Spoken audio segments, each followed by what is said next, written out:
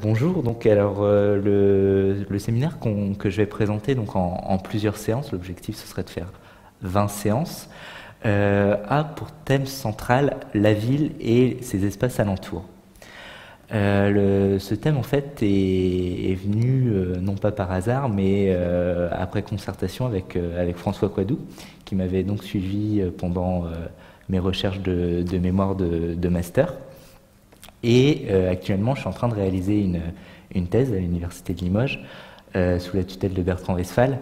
Et cette thèse porte sur l'imaginaire des villes. Ma thèse se divise à la fois entre de la littérature et de l'art. Et ce séminaire essaye justement non pas de présenter mes recherches, mais au contraire de présenter ce qu'il y aurait autour, les éléments qui gravitent autour de la thématique urbaine. Aujourd'hui, la thématique centrale serait donc une introduction à ces séminaires qui vont se morceler, mais ce serait une introduction plutôt qui se tournerait d'une manière historique sur la ville. Et ce que je cherche à faire, c'est essayer de poser des bornes tout du long de l'évolution et de la morphologie que la ville va prendre, et non pas de faire quelque chose de linéaire. Et l'objectif serait de comprendre comment aujourd'hui on arrive à cet urbanisme qu'on connaît aujourd'hui dans les villes. La problématique pourrait être ville au singulier ou ville au pluriel. C'est-à-dire, est-ce qu'on parlerait d'une ville d'une manière unique, d'une manière qui ne changerait pas d'un pays à un autre, par exemple, où les facteurs sociaux seraient les mêmes, les facteurs économiques marcheraient d'une même manière, ou est-ce qu'on parlerait d'une ville au pluriel? Et ce qui est intéressant quand on s'attarde sur la notion historique de la ville, on peut s'apercevoir en fait que malgré l'évolution urbaine d'un pays à un autre, par exemple durant l'Antiquité, on a bien une forme urbaine qui va exister, mais cette forme urbaine va s'adapter à différentes cultures. Et c'est à partir du XXe siècle qu'on va se rendre compte que cette sorte de ville qui se développe autour d'une culture nécessaire va petit à petit prendre une seule et même forme. En introduction, j'avais décidé d'ouvrir sur cette image qui est extraite du film de Blade Runner, où on a cette ville qui non pas s'étend en horizontalité, mais bien en verticalité. D'ailleurs, la verticalité sera l'objet d'un des séminaires. Et ce qui est intéressant, c'est comment on occupe l'espace, que ce soit d'une manière horizontale ou verticale. Alors, pour commencer, on pourrait se demander qu'est-ce que c'est qu'une ville ? Une ville serait déjà un ensemble de signes, si on parle de manière sémiologique. Des signes qui seraient, par exemple, les panneaux d'indication, qui seraient la codification du monde urbain, par exemple les enseignes lumineuses, ou encore tout ce qui a trait au code de la route, puisque la route est très présente dès l'Antiquité, dès les premières villes ou rassemblements de population. La route a son propre code. Ensuite, la communication marketing va rajouter de nouveaux codes. Ici, ce qui est intéressant dans cette installation artistique, c'est qu'on reprend l'iconographie de la localisation qu'on trouve sur Internet, et que ce point, en fait, va déterminer chez les utilisateurs des applications comme Google Maps, par exemple, une sorte d'itinéraire qui va se déterminer à travers la ville et créer un itinéraire dans la ville. La question d'itinéraire peut-être caractérise au mieux ce que je vais essayer de présenter dans ce séminaire, qui est comment l'être humain vit ou peut-être subit la ville. Et la question de l'itinéraire nous ramène directement à la manière de ce qu'on traverse, à ce qu'on verra plus tard, à la cinéplastique, qui est cette sensation de, en tant que citadin, marcher dans la ville, créer une sorte de long travelling, comme ça, un travelling du vécu à travers les différents quartiers. Donc je disais, la ville serait un ensemble de signes, mais la ville se caractérise aussi par, par son utilisation, comment l'être humain va utiliser la ville et quelle activité il va transposer dans la ville. La première fonction sera la fonction économique, évidemment. Ensuite, il y aura la fonction sociale et la fonction politique aussi. La politique ne peut pas vivre sans le social, c'est ce qu'on verra tout à l'heure avec l'allégorie du bon et du mauvais gouvernement. Et donc, une ville serait une composante de tous ces différents facteurs. Après, ce qui est assez intéressant, et justement c'est ce que va nous permettre le fait que ce séminaire soit divisé en plusieurs thématiques, c'est qu'on va voir si on passe d'un penseur à un autre, ou d'un artiste à un autre, peut-être même d'un réalisateur de film à un autre, c'est que en fonction de la philosophie ou du sens qu'on veut donner à la ville, ces fonctions vont se modifier. Par exemple, si on prend le travail d'Henri Lefebvre dans Le droit à la ville, on voit qu'il y a une classification des fonctions de la ville. Mais peut-être avant de s'interroger sur l'extension, il faudrait se poser la question du point central de cette extension. À quel moment, en fait, on va commencer à aller explorer autour, puisque pour aller explorer autour, il faudrait que, comme dans un cercle, il y ait un centre. Et comment ces centres sont apparus? Pour cela, il faut remonter assez loin dans l'histoire de l'humanité, puisque la première trace de civilisation humaine en tant que sédentaire, on trouve la première trace donc au Moyen-Orient il y a 12 000 ans, pardon. Et c'est la première trace en fait d'un sanctuaire donc, que vous avez ici, qui s'appelle, attention à la prononciation, je ne sais pas si je vais y arriver, pour la 20e prise, il s'agit de Göbekli Tepe, qui est, alors, si on parle sous l'influence des archéologues, on pourrait donner plusieurs fonctions à ce site. Il s'agirait à la fois d'un lieu de culte, mais est-ce qu'on peut parler d'un culte pour ces premiers sédentaires? La question reste ouverte. Aussi, on pourrait parler d'un lieu de rendez-vous, ou si on parle, cette fois non plus de sédentaires, mais voilà, de ces chasseurs-cueilleurs qui étaient présents sur le territoire, d'un lieu de rendez-vous où il y aurait des échanges culturels. Parce que ce qui est intéressant sur ce site, vous voyez qu'il est donc en cercle, et que ce cercle est délimité par des piliers, et sur ces piliers, justement, en fait, on trouve des gravures qui représentent des animaux, des formes anthropomorphes en tout cas. On peut voir par exemple des becs d'oiseaux qui sortent, des animaux qui ressembleraient plus à des chiens ou à des loups. Et ces formes émanent d'une culture. Et cette culture serait peut-être le point de ce lieu. Ce lieu pourrait être un lieu d'échange où une culture va naître.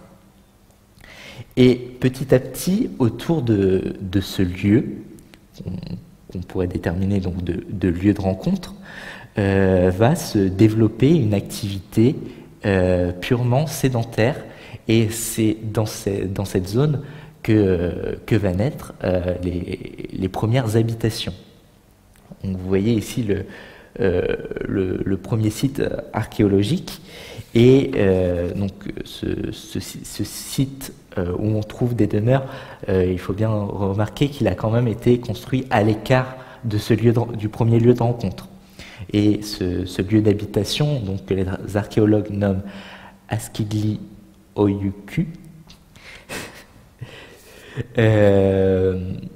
marque donc une première phase de sédentarisation, puisque sur ce site, on a découvert notamment qu'il y avait des traces de culture, notamment de blé, mais aussi l'élevage d'animaux, comme des chèvres.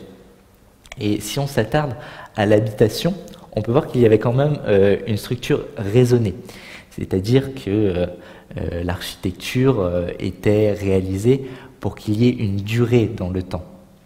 C'est-à-dire que les murs avaient quand même une structure assez solide, puisque une hypothèse a été émise, notamment avec la présence d'un toit qui pouvait servir de terrasse, comme on trouvera plus tard en Égypte. Ces maisons allaient au-delà de l'utilisation domestique, puisqu'on trouvait déjà la présence de monuments funéraires à l'intérieur de tombes qui étaient situées dans ces demeures. Donc il n'y avait pas la séparation du vivant et du non-vivant.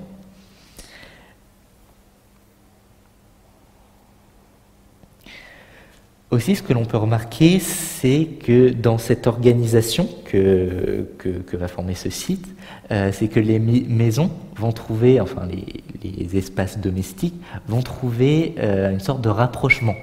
Et ce rapprochement entre ces espaces de vie vont former le premier village, si on n'appelle pas ça tout de suite ville, c'est-à-dire une entente entre plusieurs habitants qui vont diriger cet espace. Et cet espace va être dirigé par la culture. Donc on a l'utilisation d'une fonction directe. Ça va être l'agriculture qui va diriger la fonction urbaine. Donc ici, je vous ai mis une image de ce que pourraient être ces habitations. On retrouve donc ces toits qui pouvaient avoir une double fonction. Encore une fois, il faut se rappeler qu'avec peut-être la distance temporelle de ce site archéologique, on ne peut que rester qu'à des notions d'hypothèse, puisque voilà, c'est quand même quelque chose qui n'était pas isolé, il faut le remarquer. On a trouvé d'autres sites avec des ressemblances, mais qui se sont effectués un petit peu plus tard dans l'histoire. Et si on passe comme ça d'époque en époque en faisant des bonds, puisque le temps ne permet pas de tracer une grande linéarité historique, et qu'on s'attarde justement à cette notion du funéraire, cette notion du funéraire qui se trouvait mêlée à l'espace domestique, va être va trouver une évolution dans l'histoire, notamment si on prend une civilisation qui va les précéder bien plus tard dans l'histoire, certes, mais qui va trouver une grande importance, qui est j'ai perdu le nom, ça y est, les Étrusques, tout simplement. Les Étrusques en Italie, notamment en Toscane. On va voir que cette séparation avec le monde des vivants et le monde des morts va déterminer une nouvelle topographie urbaine en quelque sorte. C'est-à-dire qu'on va créer des espaces encore dédiés à une fonction, qui est donc la fonction funéraire, avec donc les premières nécropoles qui vont apparaître. Et notamment, faut savoir donc on estime que les Étrusques sont à l'origine de la fondation de Rome, et qu'ils auraient déjà à l'époque, donc c'est-à-dire durant l'âge de bronze, donc entre 900 et 1000 avant Jésus-Christ, il y aurait déjà sur ce qu'on appelle Rome aujourd'hui une ville assez importante qui compterait sur une surface de 160 hectares environ 25 000 habitants entre le 7e et le 5e siècle avant Jésus-Christ. Donc ce qui est quand même assez important. Et aussi, ils étaient précurseurs dans certains domaines. Je pense que vous connaissez tous l'histoire qui dit que les égouts qui ont été mis en place par les Étrusques sont toujours les égouts qui sont utilisés à l'heure actuelle à Rome. Notamment aussi dans les routes, ils ont posé des bases fondamentales dans la structure des villes. Donc aussi, il faut savoir que les Étrusques ne sont pas apparus comme ça. C'est une sorte de rencontre qui s'est faite sur plusieurs années, où il s'agirait peuples de Mésopotamie, mais aussi de Grecs qui se seraient retrouvés avec des Italiens donc natals. Et c'est ces croisements de cultures qui ont donné justement ces morphologies urbaines. Notamment, on trouve l'utilisation des plans hippodamiens, c'est-à-dire ces plans quadrillés qu'on trouvera bien plus tard, notamment dans les villes japonaises, mais qu'on retrouvait précédemment dans les villes grecques. Et c'est à partir de ces plans qui déjà imposent une structure à la ville qu'on va, et qu'ils vont notamment, établir une codification urbaine vouée au commerce notamment. Et c'est notamment en utilisant ce qu'on appelle le cardo et le décumanus en archéologie. Le cardo, c'est l'axe routier est-ouest et le décumanus, c'est l'axe est-ouest et le cardo, l'axe nord-sud d'une ville. Et à partir de ces deux axes, on va avoir un croisement. Et c'est notamment à partir de ce croisement que de nombreux villages et après villes vont naître. Et petit à petit, à partir de ces deux axes, on va avoir des axes secondaires qui vont se développer, tout en gardant cette même structure et qui vont hiérarchiser ces espaces urbains. Et toujours en gardant le point central, donc le point un peu de naissance de la ville, qui deviendra le lieu central du développement urbain. Et ce qui est intéressant, vous voyez sur l'image des nécropoles, c'est qu'il y a même dans la nécropole une structure qui va naître. Vous voyez, il y a des alignements. Et même dans les tombes, il va avoir, dans leur architecture, il va avoir des choses qui vont étroitement ressembler à des habitations, puisque, encore une fois, cette séparation entre le monde du vivant et le monde des morts ne s'est pas fait en un jour, mais en plusieurs étapes. Et les tumulus qui étaient utilisés avaient une utilisation qui allait au-delà de la simple tombe.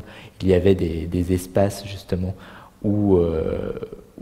qui servaient à la rencontre justement entre ces deux mondes, comme des antichambres ou des lieux de passage. Si on avance à grands bonds dans l'histoire et qu'on essaye de faire le lien entre ces villes antiques où on commence à hiérarchiser tous ces espaces, notamment avec l'intrusion du monde politique directement dans la ville, par exemple avec le forum romain qui structure directement dans le centre de Rome une présence, mais aussi la présence du pouvoir qui va se matérialiser dans la ville, au monde qui va lui succéder, qui sera le monde médiéval. Il faut comprendre que ça a été une longue transition et qui s'est faite avec beaucoup de récupération aussi. Par exemple, si on se rappelle de nos cours au lycée, l'Empire romain avait vraiment quadrillé un espace européen assez important, et notamment avec la conquête des Gaules, où la Gaule est devenue gallo-romaine et vivait avec, par exemple, la même structure économique que l'Empire romain, et où il y avait donc un brassage culturel gallo-romain, où on retrouvait la racine des Gaulois, mais qui rencontrait donc la culture romaine. À la chute de Rome, ce qui s'est passé, c'est que le territoire s'est donc morcelé suite à ce qu'on appelle les invasions barbares, même si aujourd'hui le terme barbare est clairement remis en cause, puisque peut-être ce qui serait judicieux de faire dans un séminaire, c'est justement comment ces cultures à la fois sont apparues, mais ont créé des rencontres. C'est notamment ce qui se passe notamment avec la linguistique, où plusieurs langues de plusieurs peuples vont se croiser pour donner d'autres langues. Et avec ces invasions barbares, d'ailleurs le mot barbare, c'est, si on s'en tient à ce qu'on trouve dans l'Odyssée d'Homère, le barbare, c'est la langue de l'autre, la langue que l'on ne comprend pas. Donc directement, on a une rencontre avec ce qui n'est pas de chez nous. Et chez nous seraient donc les limites du village ou de la ville. Et durant cette période entre la chute de Rome et l'avènement, par exemple, des rois français ou des empereurs germaniques, il y a eu cette succession de rencontres en fait entre ces différents peuples en Europe et qui ont donné ce qu'on pourrait appeler de petits royaumes, de petits endroits qui étaient donc régis par non pas ce qu'on appelle un roi ou un souverain, mais plus un chef militaire qui essayait à la fois de développer un espace, puisqu'il fallait vivre dans cet espace, mais aussi tenir ses frontières, c'est-à-dire marquer sa présence dans cet espace, qui s'étendait au-delà des frontières. Ce qui va apparaître comme forme urbaine est assez intéressante puisqu'on a un héritage qui est, comme je le disais, l'héritage gallo-romain avec par exemple des villas, de nombreuses villas gallo-romaines servaient par exemple en quelque sorte de fief à de petits souverains qui donc régnaient sur ce domaine et qui servaient notamment de lieu d'agriculture. Encore une fois, on retrouve la présence de l'agriculture qui est très présente. Mais au début du Moyen-Âge, la forme qui va apparaître clairement, c'est la mode féodale. Alors, à quoi ressemble une mode féodale? Aujourd'hui, si nous allons sur Google Maps ou si nous survolons le territoire en hélicoptère, nous pourrions voir des formes qui ne s'apparenteraient pas à des formes du paysage. Par exemple, sur cette photo, nous pouvons voir que sur cette parcelle, il y a cette sorte de petit îlot qui a été donc colonisé par des arbres, et un bon archéologue saurait directement que cet îlot s'apparenterait fortement à une mode féodale. Vu du sol, voilà ce que l'on verrait. Un amas de terre qui serait suffisamment haut pour surveiller un périmètre délimité, qui serait donc ce périmètre qui appartiendrait à ce dirigeant. Il faudrait trouver peut-être un terme plus précis à cette personne qui encadre ce territoire et qui le gère. Et si nous avions vécu à l'époque où ces modes féodales étaient en fonction, voici ce que nous aurions vu. Alors, la première est une mode féodale se structure en trois grandes parties.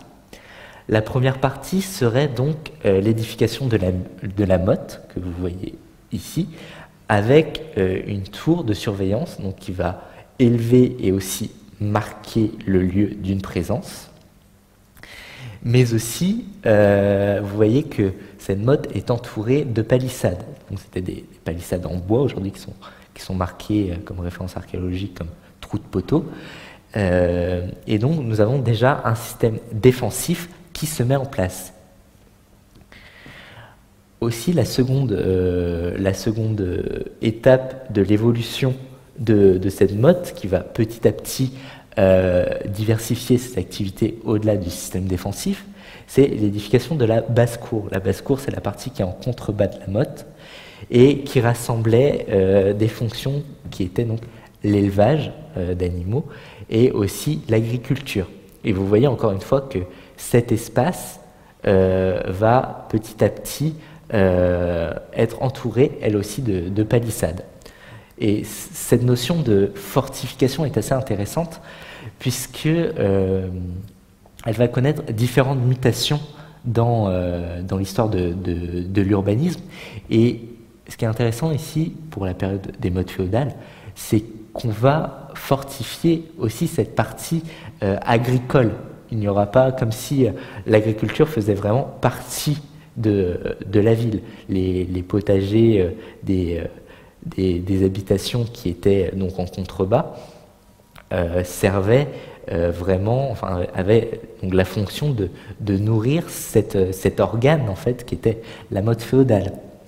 Et la présence de ces habitations qu'on va trouver donc au pied de la motte se justifie justement par l'idée de fortification dans une époque assez sombre. L'époque du bas Moyen-Âge était une époque où les guerres étaient très fréquentes. Et trouver protection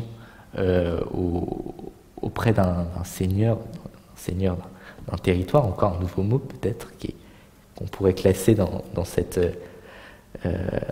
historique des dénominations de ces gestionnaires d'espace, au pied d'un seigneur, c'était en quelque sorte une sorte de sécurité justement pour pouvoir vivre, puisque ces seigneurs disposaient aussi d'une armée.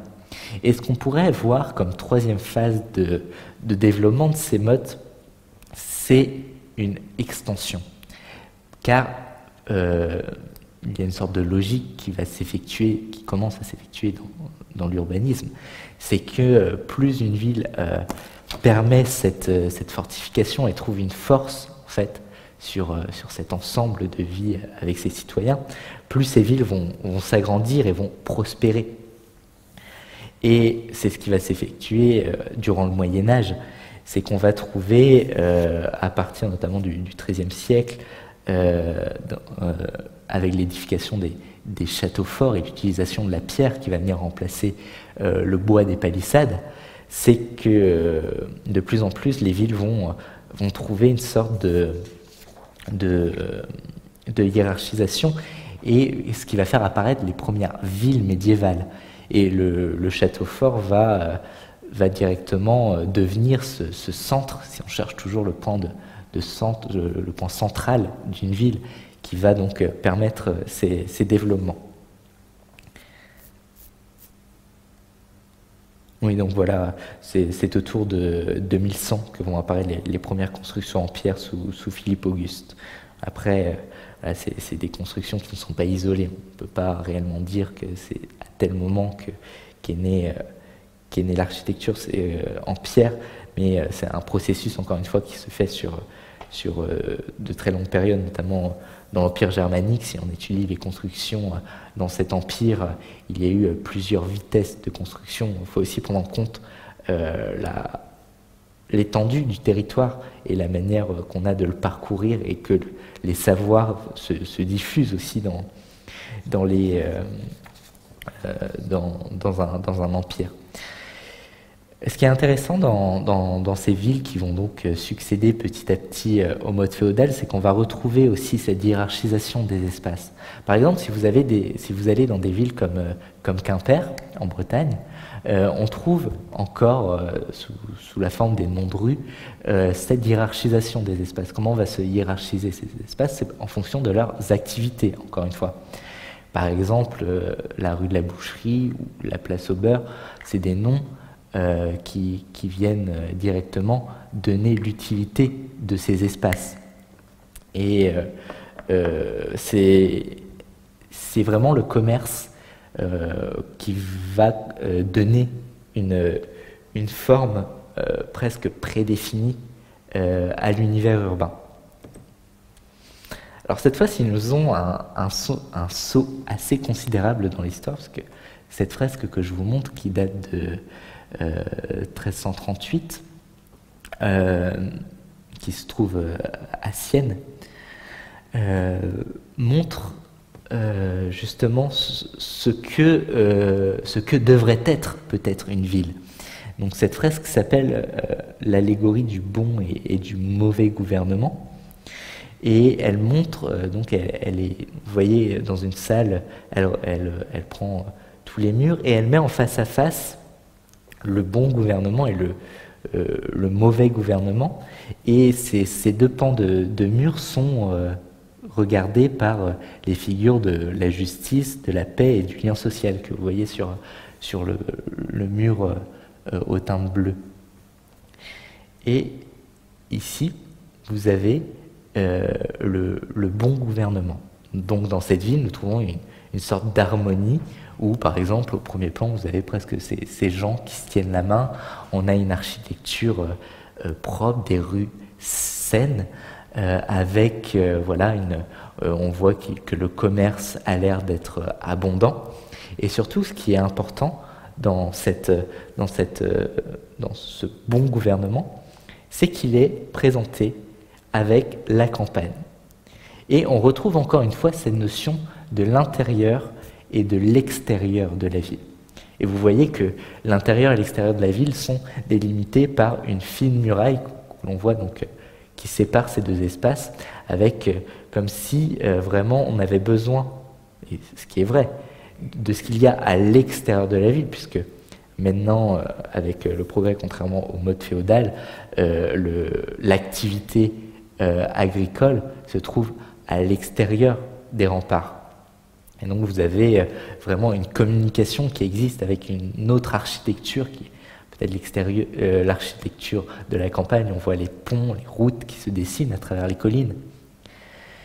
Et donc on a vraiment ces deux liens qui existent. Contrairement au mauvais gouvernement, alors il est plus difficile de voir le mauvais gouvernement, mais on voit quand même certains éléments qui existent.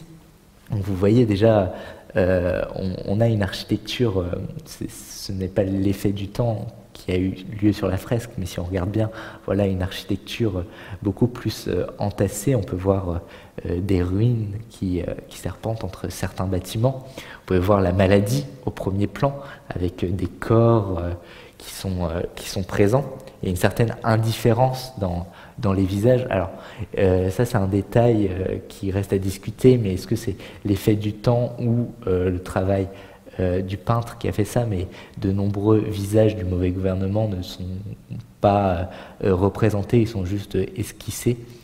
Et aussi, autre point intéressant, tout à l'heure quand je vous parlais du barbare, si on regarde au niveau de la porte de la ville, on peut voir un homme armé à cheval qui sort, avec devant la porte quelques personnages, et il s'agirait en fait de la rencontre justement avec cet étranger qui pose la question justement de l'accès à la ville. Est-ce que qui a droit d'accéder aux villes? Est-ce qu'il faut être natif de la ville? C'est encore des questions qui se posent aujourd'hui. À qui peut-on accorder ce droit, quel droit à la ville? D'ailleurs, si cette question vous intéresse, il y a un livre qui est paru il y a très peu de temps de l'historien Patrick Boucheron, qui s'appelle « Conjurer la peur, Sienne, 13138 », et qui retrace justement, qui déchiffre justement cette fresque, et qui va l'incorporer beaucoup mieux que moi, en tout cas, dans son contexte historique. Autre représentation de l'univers urbain, là encore on effectue un saut dans le temps, puisqu'on passe d'une ville qui serait plus du haut Moyen-Âge à la ville typique de la Renaissance, la ville utopique. Et cette ville n'existe pas, il s'agit d'une architecture de papier, mais il s'agirait d'établir dans cette peinture ce que serait que l'urbanisme. D'ailleurs, la notion d'urbanisme va commencer à prendre forme justement en cherchant à codifier ce qu'est la ville et comment on l'utilise. C'est notamment avec la notion d'utopie que cette idée va commencer à prendre son élan. Alors, ce qui est assez intéressant sur ce dessin, c'est qu'elle mêle l'architecture et les mathématiques, comme si l'un n'était pas dissociable de l'autre. Ce qui est vrai, si un architecte voit cette conférence, il dira clairement que oui, l'architecture ne peut pas vivre sans mathématiques. Je ne le contredis pas.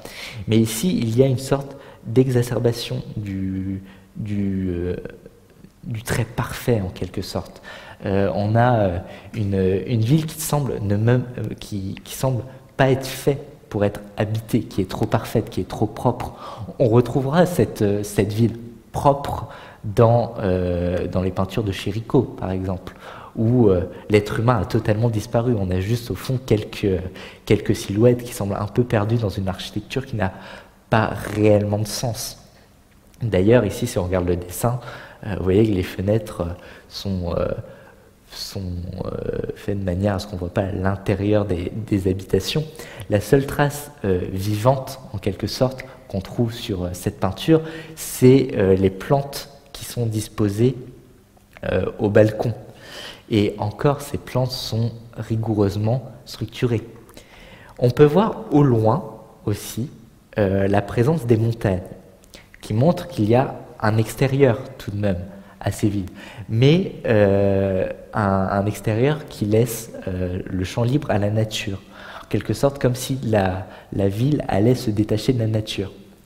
Et là encore, on revient sur ce qu'on disait précédemment, c'est l'existence du monde extérieur, qu'est-ce qu'il y a à l'extérieur et comment ces deux espaces vont cohabiter.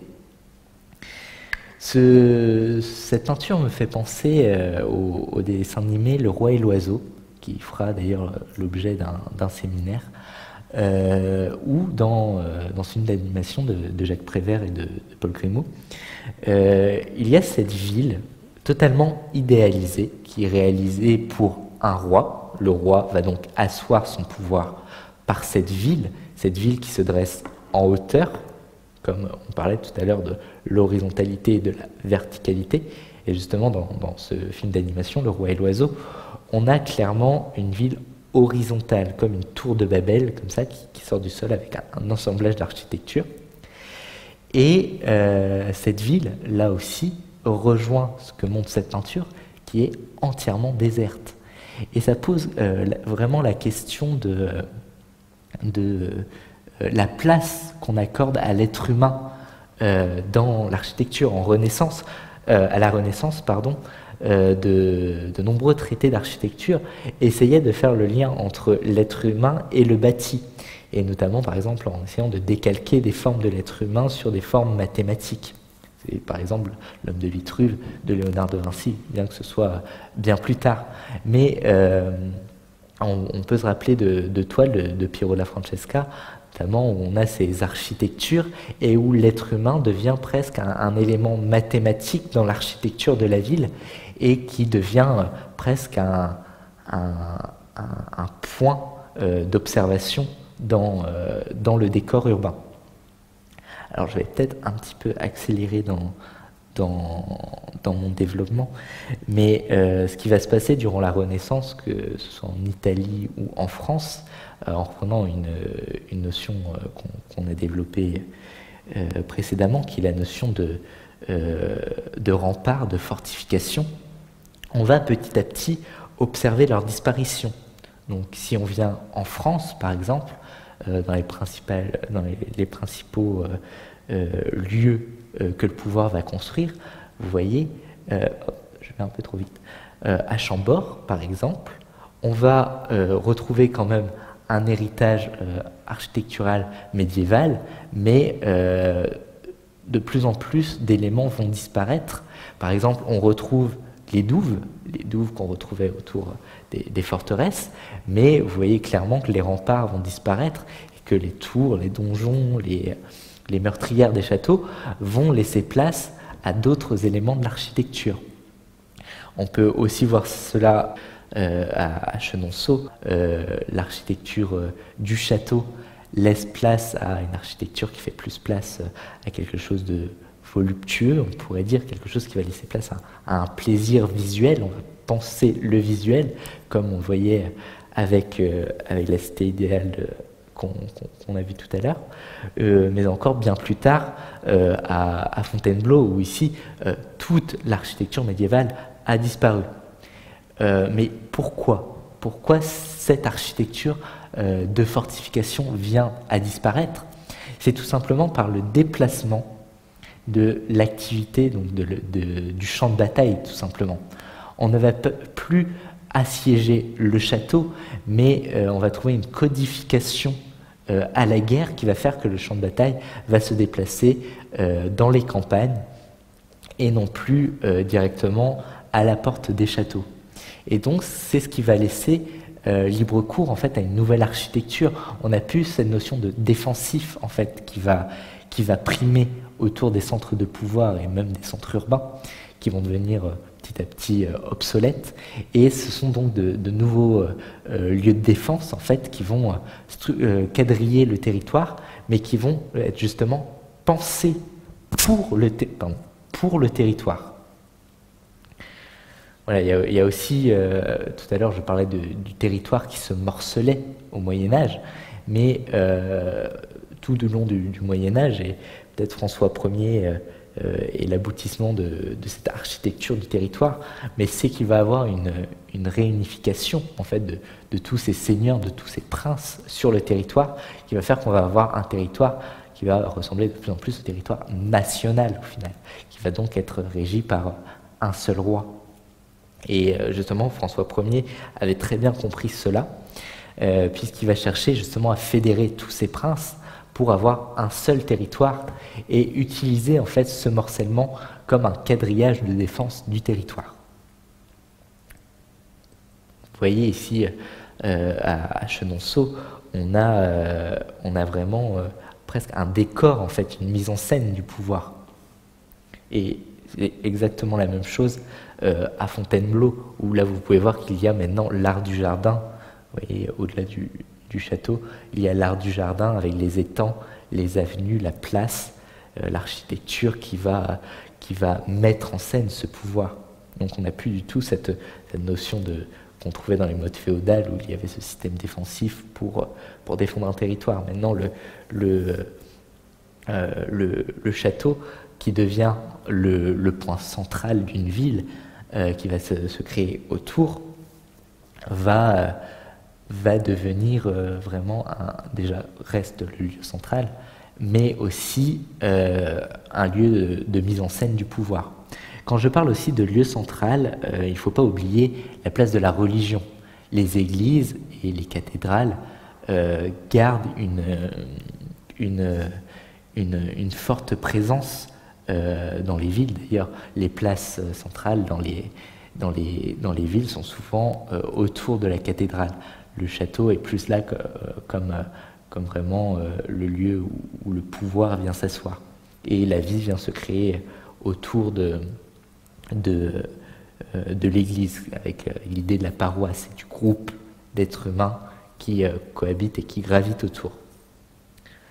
Voilà, alors entre le début du Moyen-Âge et la fin de la Renaissance, on va vraiment avoir toute cette mutation urbaine assez complexe qui va exister, mais avec l'arrivée de l'époque de la modernité, on va avoir une nouvelle approche de la ville et du pouvoir, puisque par exemple si on prend l'exemple de Versailles, là on a un exemple assez radical où le pouvoir va même quitter la ville pour aller à l'extérieur de Paris, aller jusqu'à Versailles, et proposer vraiment un écrin.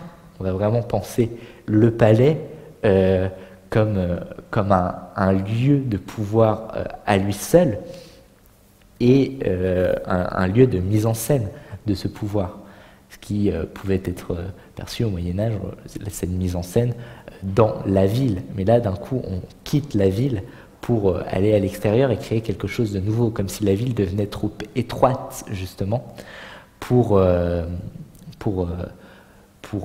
roi. D'ailleurs, les raisons qui ont poussé Louis XIV à construire Versailles, c'était l'insalubrité qu'il y avait à Paris, mais aussi de l'insécurité qu'il y avait, puisque s'il y avait une fronde, obligatoirement on aurait visé le roi. Et donc ce qui se passe avec Versailles, c'est justement que autour du palais en lui-même, une ville va se développer, la cour du roi va venir jusqu'à lui, même s'il quitte la capitale, et ce qui va donc donner une ville nouvelle, en quelque sorte, autour du palais. Puisqu'il faut savoir, si on se rappelle, Versailles, à l'origine, était un pavillon de chasse qui appartenait au père de Louis XIV. Et donc, on va vraiment avoir une restructuration du paysage pour donner une ville nouvelle. D'ailleurs, pour comprendre, si ça vous intéresse, l'organisation justement qui va se créer à Versailles. Je vous invite à lire les mémoires de Saint-Simon. Alors c'est sûr, c'est plus de 3000 pages, mais ce que Saint-Simon justement raconte, c'est 30 ans de souvenirs à la cour de Louis XIV, et notamment les mœurs qui sont présentes à cette cour, et comment les nobles, en quelque sorte, essayent de s'immiscer dans cette ville qui a entièrement été créée pour le pouvoir. Et tout à l'heure, quand je parlais de la séparation des espaces, là, on a un exemple parfait où le pouvoir va vivre sur lui-même, quitte à s'exiler de la ville, de l'urbain, qui en soi est le centre névralgique en fait d'un pouvoir. Donc, on se réfère encore une fois à l'époque romaine où le forum était le centre de la ville.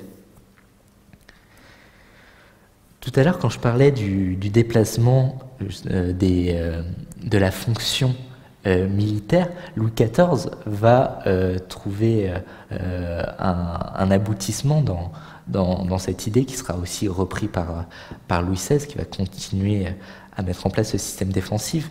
Là, on est clairement dans une sorte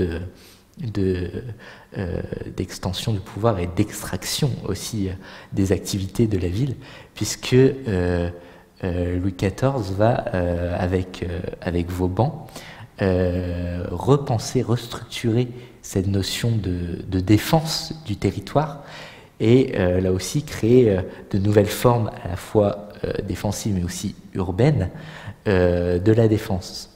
Et Vauban va, à travers différentes structures, cartographier le territoire en fonction des ennemis que l'État avait à cette époque. Et donc, j'ai mis trois exemples qui sont vraiment assez flagrants de ces places fortes qui vont naître, notamment avec Neuf-Brisach, où vous voyez cette architecture vraiment pensée pour la défense, avec une architecture en étoile, où d'un coup on va retrouver la notion de muraille, en quelque sorte, de mur défensif plutôt, qui va être pensé pour une arme qu'on va de plus en plus utiliser et qui va trouver à cette époque un aboutissement qui est le canon. Le canon va permettre de viser beaucoup plus loin, mais aussi de tenir l'ennemi à distance. Mais il faut aussi tenir en compte que l'ennemi peut avoir aussi des canons, puisque le canon se déplace, et donc il va en quelque sorte avoir un périmètre qui va délimiter la ville. Vous voyez par exemple à Neuf-Brisach, il y a une sorte de distance, vous voyez dans la fortification, un périmètre qui serait fait aussi pour penser le tir du canon pour qu'il n'atteigne pas le centre de la ville. Puisque vous voyez, on a affaire à un système défensif, mais il y a une véritable ville en fait qui va se créer à l'intérieur du système défensif et qui va permettre justement de faire vivre la garnison qui a donc pour fonction de défendre cette place forte. Autre exemple, ici à l'île de Ré, où, est-ce que j'ai bien fait à l'île de Ré? Oui, c'est l'île de Ré, où on retrouve encore cette architecture en étoile, mais avec une présence maritime, puisque de plus en plus les navires vont trouver une utilisation militaire qui était déjà très présente, mais vraiment on va avoir notamment avec l'armée anglaise qui va avoir une flotte assez importante, et autre système défensif on peut retrouver la même forme, c'est à Saint-Malo. Saint-Malo donc déjà qui avait un système de défense préexistant, mais que Vauban va fortifier notamment avec le château du Taureau, où au château du Taureau, vous voyez, on a quand même une architecture assez minimale, mais Vauban disait très bien que 100 hommes au château du Taureau était égal à 1000 hommes sur le champ de bataille. Et là aussi, on a une architecture qui répond aux armes utilisées, donc aux canons, encore une fois.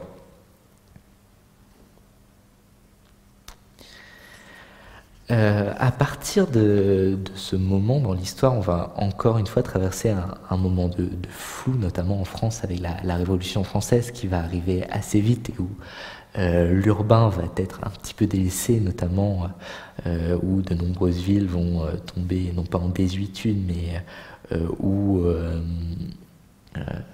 des systèmes défensifs, notamment des demeures bourgeoises aussi, des présences de marchands vont se faire de plus en plus restreintes durant cette période de révolution. On pourrait du coup se permettre de faire un saut, encore une fois, un saut temporel, qui nous emmènerait cette fois ici. Donc ce que nous voyons ici, c'est la saline royale d'Arquesonant, qui est dans le Doubs. Alors ce dessin a été réalisé donc par l'architecte de ce lieu, qui est Nicolas Ledoux, et qui s'appuie en fait dans la structure en fait de ce lieu, de la philosophie des Lumières, et notamment de la hiérarchie sociale sur un lieu de production. Et vous voyez qu'ici il utilise une forme ronde qui mettrait du coup sur un piédestal toutes les personnes travaillant dans cette saline, et au centre il y aurait donc l'usine qui deviendrait un peu le lieu central, qui remplacerait le lieu de pouvoir qu'on avait avec le château fort, ou le lieu marqué par la cathédrale, ou encore la place royale. Ici, c'est vraiment l'usine qui vient déterminer le centre de l'espace urbain. Alors, en réalité, elle n'est pas ronde, elle est juste en arc de cercle, mais elle a été utilisée. Et l'idée de cette urbanisation, de ce système urbain, pardon, était encore une fois de hiérarchiser les espaces. Par exemple, vous pouvez voir que derrière les espaces résidentiels, il y avait des espaces dédiés à l'agriculture, où les ouvriers de la saline pouvaient créer leur espace potager pour qu'ils puissent vivre en autonomie. On a presque une ville, un espace urbain, on ne pourrait pas réellement qualifier ça de ville par sa densité, mais un espace en autogestion. Et aussi, ce qui est intéressant pour la suite de mon développement, c'est l'espace. En fait, vous pouvez voir qu'il y a quand même un espace assez quadrillé. On pourrait presque voir des plans non plus hippodamiens quadrillés, comme je le disais tout à l'heure, mais voilà, on a comme des avenues qui se dessinent dans ce paysage, où on a quelque chose de très hiérarchisé. Et cette hiérarchisation des axes de circulation va trouver en quelque sorte son aboutissement à Paris, donc avec le réaménagement de Paris par Haussmann. Alors, je vais passer rapidement sur cet exemple puisqu'il est relativement connu, mais je vous invite à lire L'invention de Paris, il n'y a pas de pas perdu, d'Éric Hazan, qui retrace très bien justement déjà la restructuration de Paris par Haussmann, mais aussi l'utilisation de la ville par ses habitants, et d'ailleurs au-delà de la période haussmannienne. Alors, Napoléon III, quand il va demander à Haussmann de repenser Paris, il a une idée, il a une image en tête, une image d'une ville qu'il a connue, qui est l'image de Londres. Puisque à cette époque-là, l'Angleterre était bien en avance sur la France, puisque je pense que s'il faut trouver un épicentre à la révolution industrielle, clairement, il se trouve en Angleterre. Donc déjà, l'architecture en acier avait trouvé un point central de développement avec un développement de la machine à vapeur, le train qui quadrillait de plus en plus le territoire. Et par exemple, pour avoir une notion de chiffre, peut-être qui dépasse cette période, mais qui est le point central. En 1910, la majorité des habitants de l'Europe occidentale vivent en ville. À la fin du XIXe siècle, on compte plus de 6 agglomérations de plus d'1 million d'habitants. En Grande-Bretagne, en 1850, la population urbaine dépasse la population rurale. Et il faudra attendre 1931 pour que cet effet soit présent en France. Donc clairement, il y a une sorte d'avant-gardisme urbain en Angleterre. Et Napoléon avait déjà cette image d'un pays déjà à la pointe de la technologie, mais aussi qui repensait sa ville pour qu'elle trouve une sorte de perfection économique. C'est-à-dire que la ville va apporter quelque chose à l'économie. Et clairement, avec l'implantation des grands magasins ou la percée des axes urbains, Napoléon Ier, Napoléon III, je me mélange les pinceaux, ça y est, ça veut dire que je parle trop. Napoléon III va justement moderniser la ville. Et c'est ce qui fait part justement à Haussmann, même s'ils vont avoir des points de désaccord, notamment la présence des parcs, puisque Napoléon III voulait justement que des parcs viennent échelonner la ville, mais Haussmann disait que les parcs prenaient trop de place sur ces immeubles. Donc le choix a été fait de mettre plus d'immeubles que de parcs. Mais il y avait cette notion aussi d'hygiénisme, c'est-à-dire d'assainir la ville de Paris, puisque à cette époque, avant que Haussmann lance ses travaux, on avait encore une ville qui avait la forme médiévale. On avait toujours ces bourgs qui ont inspiré Victor Hugo dans Notre-Dame de Paris, où on ressentait encore une forte présence de la morphologie urbaine médiévale. Et aussi, on avait une ville qui tombait en ruine, qui avait été abandonnée durant la Révolution. C'était une ville qu'il fallait donc repenser. Et c'est donc ce que Haussmann va faire.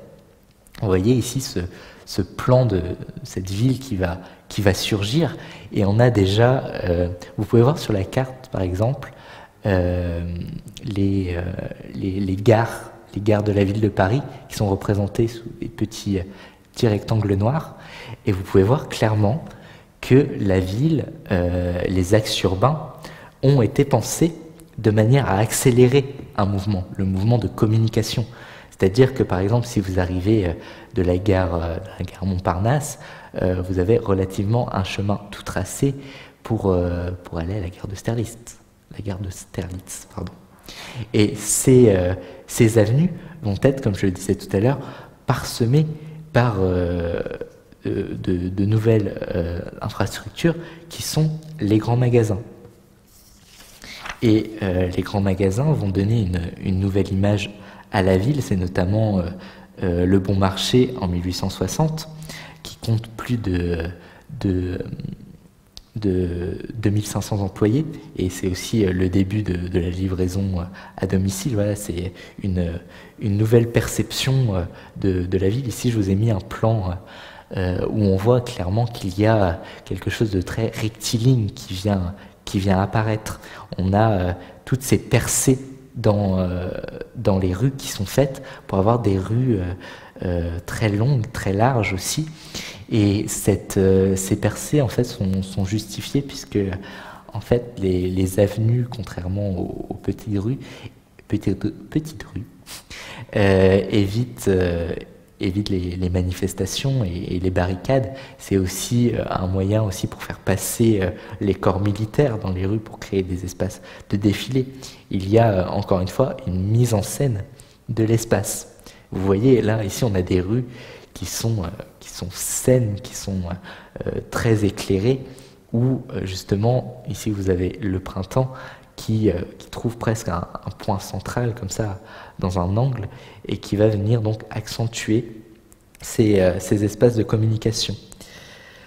Et donc les grands magasins, il faut savoir que quand même on peut avoir la fierté qu'ils ont été implantés pour la première fois donc à Paris et qui seront donc exportés en Amérique avec un nouveau savoir-faire de marketing, c'est-à-dire ça va être de nouveaux espaces de présentation des produits. Vous voyez ici, on a sur cette gravure une sorte voilà, d'abondance de la production. L'abondance dans la ville semble devenir presque un critère. C'est ce qu'on voyait tout à l'heure sur le bon et le mauvais gouvernement. Dans le bon gouvernement, nous avions ce commerce qui était, voilà, qui était exposé. Et d'ailleurs, le prochain cours qui aura pour thème les surréalistes s'ouvrira sur le travail de Walter Benjamin, et notamment sur sa traversée des passages de Paris, où il expose, voilà, justement ces marchandises en fait qui sont mises en scène pour montrer la puissance d'une ville, voilà, sa prospérité commerciale. Après le printemps, on avait eu aussi le Bon Marché. D'ailleurs, pour la petite histoire, le Bon Marché a été ouvert par un des anciens employés du printemps, qui a donc réutilisé ce qu'il avait vu au printemps pour le réutiliser au Bon Marché, et lui en plus va avoir la bonne idée d'inventer ce qu'on appelle aujourd'hui les soldes. Là, les soldes sont nés dans ces grands magasins. Et on a encore une fois, dans des architectures en acier, des sortes de temples dédiés à la marchandise. Si on continue dans notre cheminement historique, on ne peut pas bien évidemment passer dans ce qui va retarder, je pense, le développement urbain. Puisque entre la guerre 14-18 et la guerre 39-45, les destructions ont été incalculables, notamment avec l'utilisation du canon, de l'obus, si on se rappelle de la Grosse Bertha par exemple, ce canon immense qui pouvait détruire des villes entières. C'est des pertes relativement astronomiques, et à la sortie de ces deux guerres, on a une Europe en ruine. Par exemple, ici, je vous ai mis l'image d'un petit village qui fait partie d'une longue liste de villages qui ont disparu pendant la guerre 14-18. C'est une mutation territoriale, en fait, qui va avoir lieu pendant ces deux guerres. Parce qu'aussi, on va avoir un exil urbain, on va avoir de nombreuses personnes qui vont quitter les villes pour aller à la campagne, mais aussi, à la sortie de la guerre, on va avoir de nouvelles villes qui vont devenir plus importants, puisque certaines personnes préféreront quitter la capitale pour aller dans d'autres villes. Et à la sortie de la Seconde Guerre mondiale, c'est un ministère des reconstructions et de l'urbanisme qui sera mis en place pour faire face à toutes ces destructions, puisque l'entre-deux-guerres n'aura pas permis, que ce soit à l'État français ou même allemand, de reconstruire toutes ces villes qui ont été disparues. Ici, vous avez par exemple la ville de Nantes, non, la ville de Brest, puisqu'on peut voir les Capucins juste derrière. La ville de Brest qui a été entièrement détruite pendant la Seconde Guerre mondiale, mais aussi des villes comme Nantes qui deviennent de véritables champs de ruines. Et donc, en 1944, ce nouveau ministère va dresser la liste en fait, de toutes ces destructions, et va essayer de répertorier en quelque sorte les constructions à remettre sur pied directement. Et les chiffres qui en sortent, c'est plus d'1 million de logements sinistrés, 1800 communes qui se déclarent sinistrées, on a 6 millions de bâtiments industriels, 60 000 bâtiments industriels touchés, et environ 115 gares qui deviennent des gares fantômes qu'il faut vite remettre sur pied pour pouvoir permettre de trouver une nouvelle dynamique économique dans le pays. Donc on va avoir un véritable chantier national qui va avoir lieu, et qui, peut-être on pourrait dire hélas, va faire naître certains désastres urbains.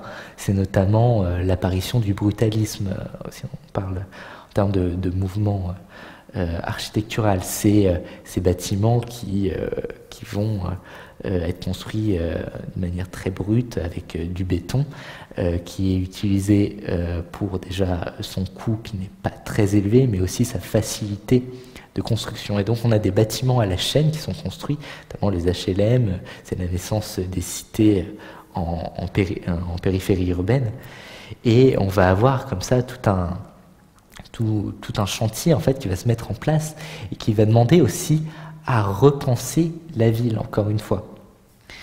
Et c'est ce qu'on verra notamment avec les philosophes du mouvement situationniste dans 2 séances, qui se posent la question justement dans ces phases de reconstruction, quelle place est laissée justement à l'être humain et à son développement dans ces constructions qui sont faites à la chaîne. Aujourd'hui, si vous allez à Brest encore, on voit clairement ces bâtiments en béton qui ont des formes très simples et qui laissent place à l'utilitaire, justement, à la fonctionnalité dans son architecture. Et le brutalisme, justement, se justifie comme quelque chose qui voudrait reconstruire la ville, mais pour supprimer la mélancolie de la ville passée. Et alors là, justement, on touche à quelque chose que nous venons de voir durant tout ce développement, qui est l'histoire. La ville a connu différentes formes d'urbanisation, et à ce moment de reconstruction, on ne pense plus à ce qu'il y a eu dans le passé, mais au contraire, on cherche dans la vitesse, quitte à faire table rase du passé. Et d'ailleurs, aujourd'hui, même dans les fouilles archéologiques, on retrouve de nombreuses structures qui ont été ensevelies par des constructions. Par exemple, actuellement, ils sont en train de refaire une partie de la route devant les Galeries Lafayette de Limoges.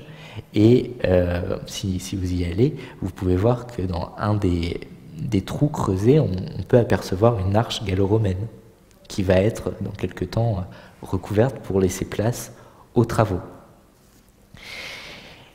Et à la sortie de la guerre, justement, on a cette notion de ville moderne qui apparaît. Il faut être moderne.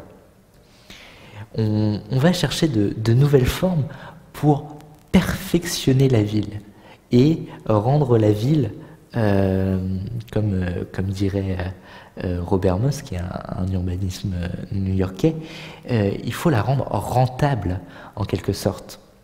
Ici, vous pouvez voir, je trouve assez intéressant cette bibliothèque qui se trouve sur le campus c'est en Californie, à Los Angeles, si je ne me trompe pas, et où on a vraiment cette nécessité de l'utilitaire.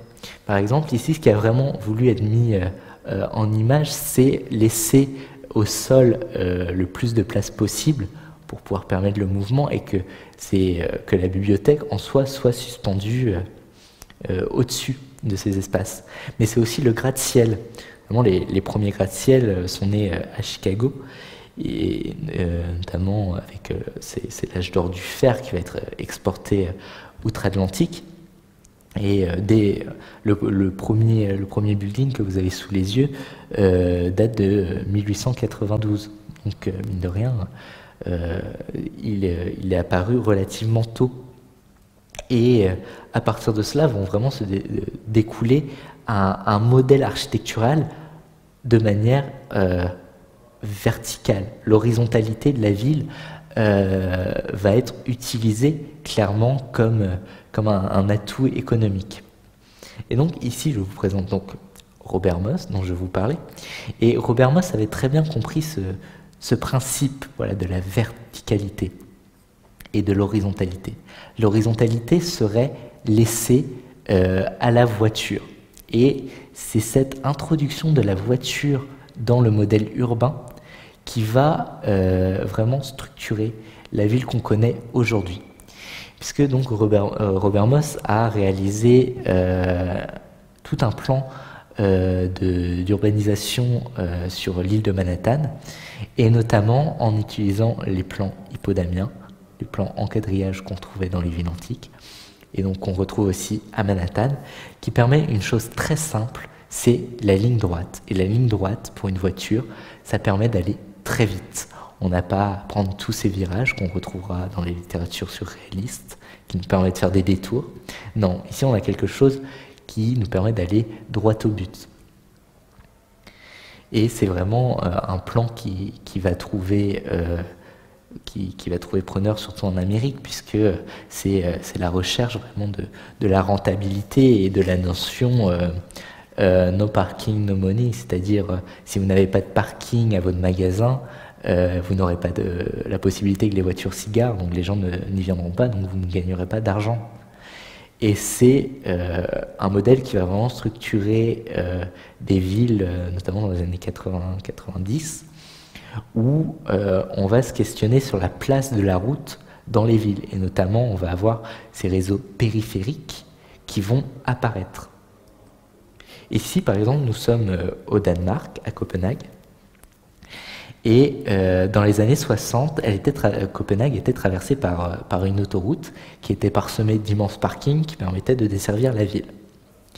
Et c'est l'urbaniste James Gill, si je le prononce bien, Jane Gill, qui va se poser la question justement de l'utilité de ces routes dans la ville. Et c'est grâce à cette pensée qu'aujourd'hui nous connaissons Copenhague comme cette ville qui est faite pour le vélo, pour la marche, puisque Jane Gill en fait va se poser une question toute simple, qui est à quel moment on sort de la voiture. Eh bien, Jane Gill a déterminé tout simplement qu'on sortait de la voiture à partir du moment où on sentait qu'un espace était fait pour qu'on se sente bien. C'est par exemple la philosophie des aires d'autoroute, vous voyez, avec ces espaces verdoyants, avec ces tables de pique-nique, avec très peu de places de parking, presque une invitation à l'aventure sur un tout petit terrain au bord de la route. Et Jane Gill justement se dit, mais au final, si on enlevait la route, mais qu'on pensait plutôt la rue, au lieu de penser la route. Et en pensant la rue, il va se rendre compte que l'être humain est au final fait pour marcher. Depuis toujours, nous avons cette idée de la marche, que ce soit du pèlerinage à la marche militaire, mais aussi à la marche que Nietzsche met en avant dans ses écrits, ou encore Hegel comme marche digestive, ou encore les marches situationnistes, ou les rêveries du promeneur solitaire de Voltaire. On a l'idée qu'en se déplaçant à pied, l'être humain va être plus à même à se livrer à ce qu'on pourrait appeler la tâche économique, la tâche de l'achat, aller faire ses emplettes en ville, la flânerie que Benjamin met en avant aussi dans ses escapades parisiennes. Et ça pose la question justement de cette présence de l'être humain dans la rue comme quelqu'un qui marche. D'ailleurs, la marche sera en quelque sorte un des fils rouges qui va traverser ce séminaire. C'est pour ça que je souhaitais finir sur ces exemples. Par exemple, ici, nous sommes à Canary Wharf, à Londres, qui est un quartier qui était un ancien port de dockers, donc un lieu de commerce, un lieu où les marchandises étaient acheminées. Et dans les années 70, l'activité dans ce port commençait à être de plus en plus en déclin. C'est dans les années 80 que Margaret Thatcher va décider de repenser ce territoire, non pas comme on a vu à Copenhague, mais peut-être dans le sens inverse, où cet espace serait l'occasion justement de créer une sorte de machine économique, puisque vous pouvez voir en fait ce quartier de Londres a une architecture relativement serrée en quelque sorte, et pour y avoir été, je peux vous dire qu'en fait chaque rue a une fonction, c'est-à-dire vous emmenez dans tel ou tel bâtiment. D'ailleurs, il suffit de regarder le métro. Le métro, donc, il est aérien et il rentre directement entre les immeubles. On est directement au cœur de cet espace économique qui va être formé à Canary Wharf. Et c'est aussi un espace qui va non plus trouver son appartenance à la ville, mais c'est un système urbain qu'on appelle des BID, qui est Business Improvement District. C'est-à-dire que ces quartiers vont être entièrement gérés par des sociétés privées. C'est-à-dire que la sécurité, mais aussi la gestion de tout ce qui est SDF, tous les gens qui vont y passer, seront sous la responsabilité de ces Business Improvement Districts. Et clairement, quand on y est, c'est des espaces où il est interdit de pique-niquer, où il est interdit de faire du skateboard, où s'arrêter, c'est quand même un peu dangereux, j'ai envie de dire, parce que voilà, il y a aussi des vigiles qui sont pour certains de sociétés privées. Et ces espaces, donc à Londres, c'est à Londres en fait qu'on trouve le plus de ces espaces autogérés. Et c'est aussi des lieux où les taxes sont payées par les commerçants. Et par exemple, pour l'échelle de Londres, c'est des taxes qui représentent plus de 2 millions de pounds, 2 millions de pounds, soit 26 000 euros pour une année, ce qui est quand même considérable. Mais voilà, c'est des espaces qui trouvent quand même, pour les entreprises qui y sont, des garanties, en fait, des sortes de vitrines de mise en valeur. D'ailleurs, pas très loin de Canary Wharf, il y a le quartier où avaient eu lieu les Jeux Olympiques en 2012.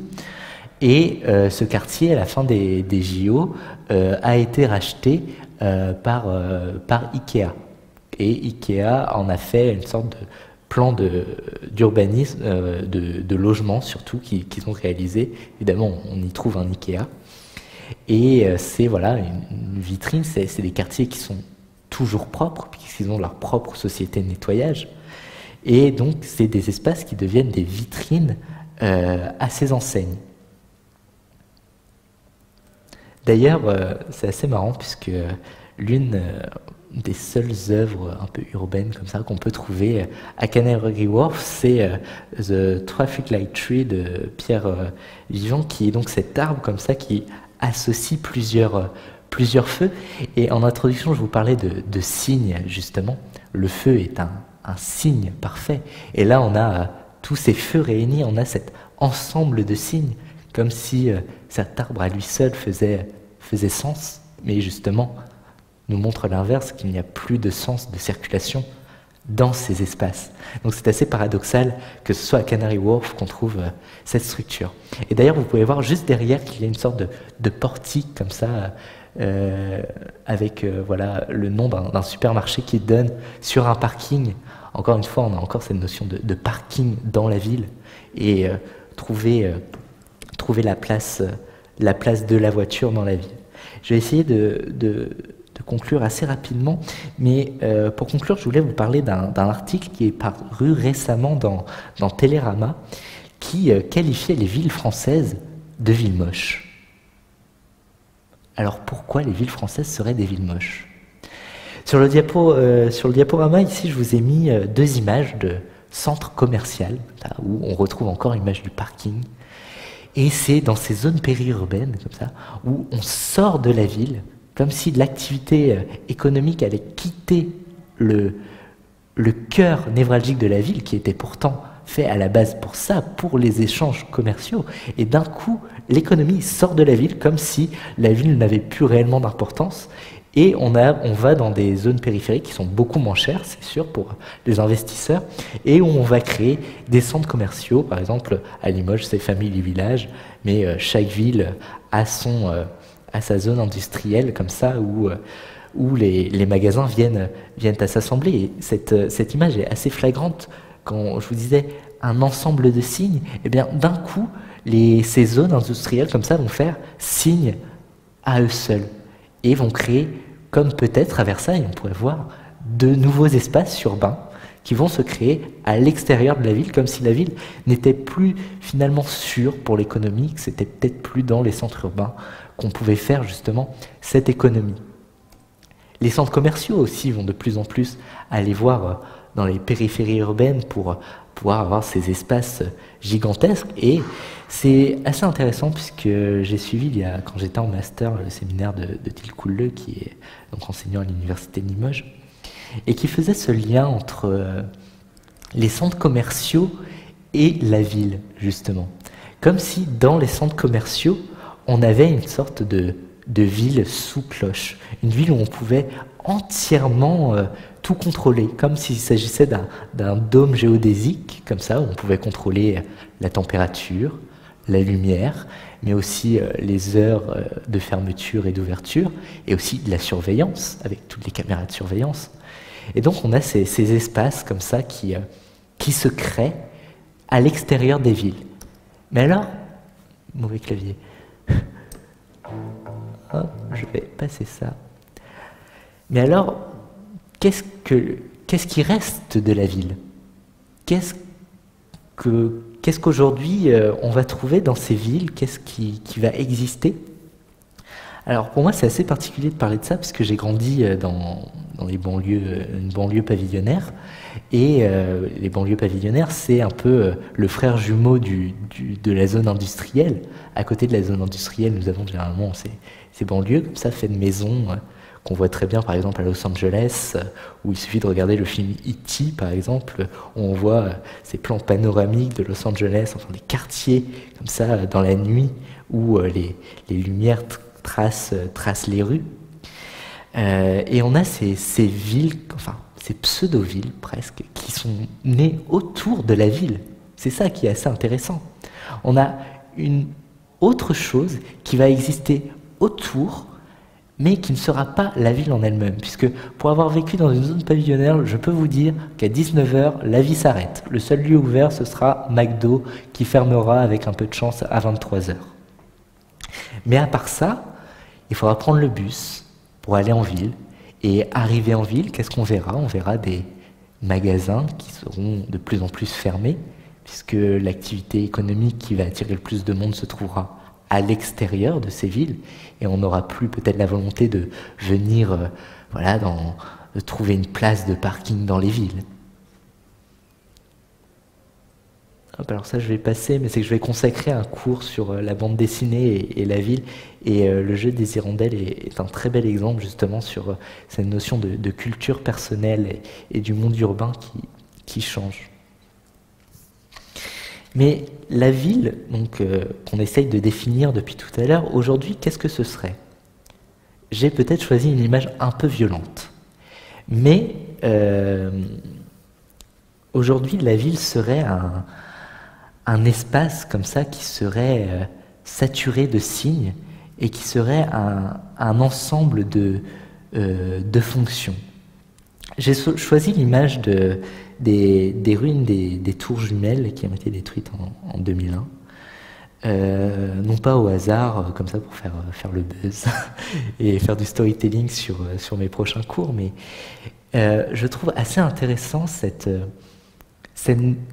notion en fait qu'il y a dans les villes, qui est une notion supplémentaire qui vient peut-être surenchérir tout ce que j'ai dit, qui est peut-être la notion médiatique, qui est la forme qu'on va donner à la ville, la forme visuelle, puisque aujourd'hui, une ville, c'est quoi? C'est une image avant tout.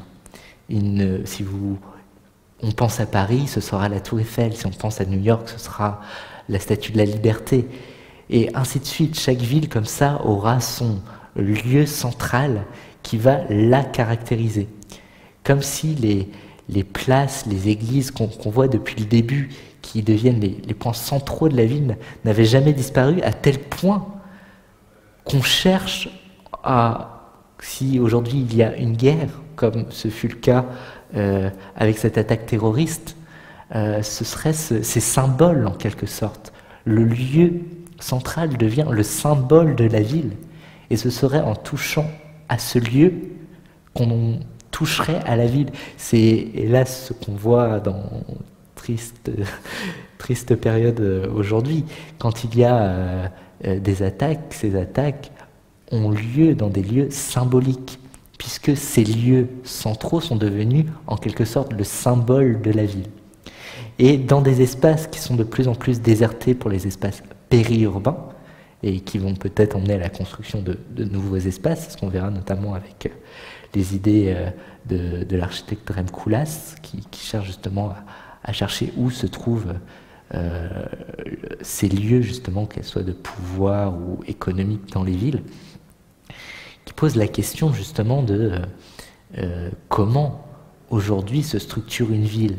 Qu'est-ce qui reste de l'intérieur et de l'extérieur de la ville? Où se trouve encore ce lien? S'il existe encore d'ailleurs. Puisque de plus en plus, on se pose la question de la zone périurbaine.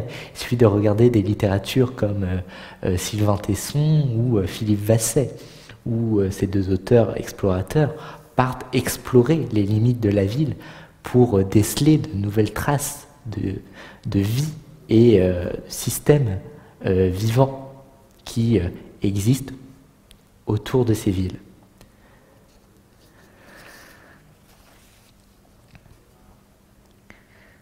D'ailleurs aussi, que je rende à César ce qui est à César, cette idée de clore sur les tours les tours jumelles, pour finir, c'est une idée qui est développée par Paul Virilio dans Ville Panique, ailleurs comme ici, qui cherche à faire un lien dans son livre sur la notion justement d'image qu'on donne à ces espaces et comment un espace va de plus en plus, aujourd'hui dans les villes modernes, prendre la forme d'une image, d'une forme.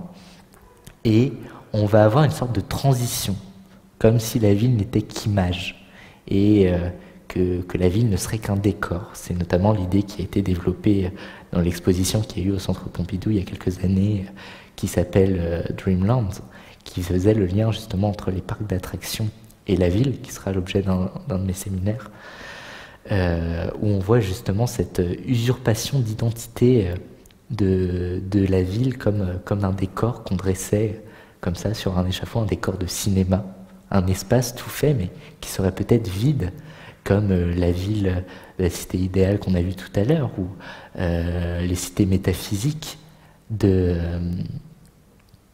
son nom m'échappe, de Chérico. Qu'est-ce qu'il y a à l'intérieur des villes qui fait que la ville est une ville? Ce sera donc l'objet de tous mes séminaires. Merci.